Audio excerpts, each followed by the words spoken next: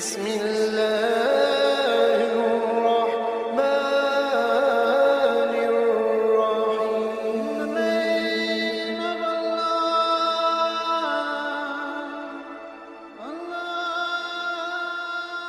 الرحيم. بسم اللہ الرحمن الرحیم. شروع اللہ کے نام سے جو بڑا مہربان اور نہایت رحم والا ہے. ایک مرتبہ فرعون کے سامنے شیطان ظاہر ہوا اور اس نے فرعون سے پوچھا کہ تجھے کس نے خدا بنایا ہے اور تیرے اندر ایسا کون سا کمال ہے کہ تو اپنے آپ کو خدا سمجھ بیٹھا. تو فرعون نے کہا کہ میرے پاس بہت بڑی طاقت ہے، میرے پاس بہت سا سونا چاندی ہیرے جواہرات ہیں اور میں بہت بڑے ملک کا مالک ہوں. شیطان نے پوچھا اور کیا ہے تیرے پاس؟ فرعون نے کہا کہ میرے پاس اندرونی ایسی طاقت ہے جو تیرے پاس نہیں ہے. شیطان نے کہا دکھاؤ.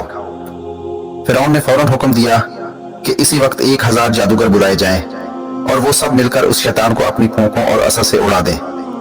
انہوں نے اپنا جادو دکھایا. شیطان کو بھی اللہ تعالیٰ نے بڑا علم دیا ہے. شیطان نے ایک پھونک ماری جس سے سارے جادوگروں کے اثرات ختم ہو گئے. دوسری مرتبہ پھر ان 1000 جادوگروں نے اپنا جادو دکھایا. شیطان نے پھر ایک پھونک ماری جس سے ان کا اثر ختم ہو گیا. ان جادوگروں نے پھر آخری جادو دکھایا.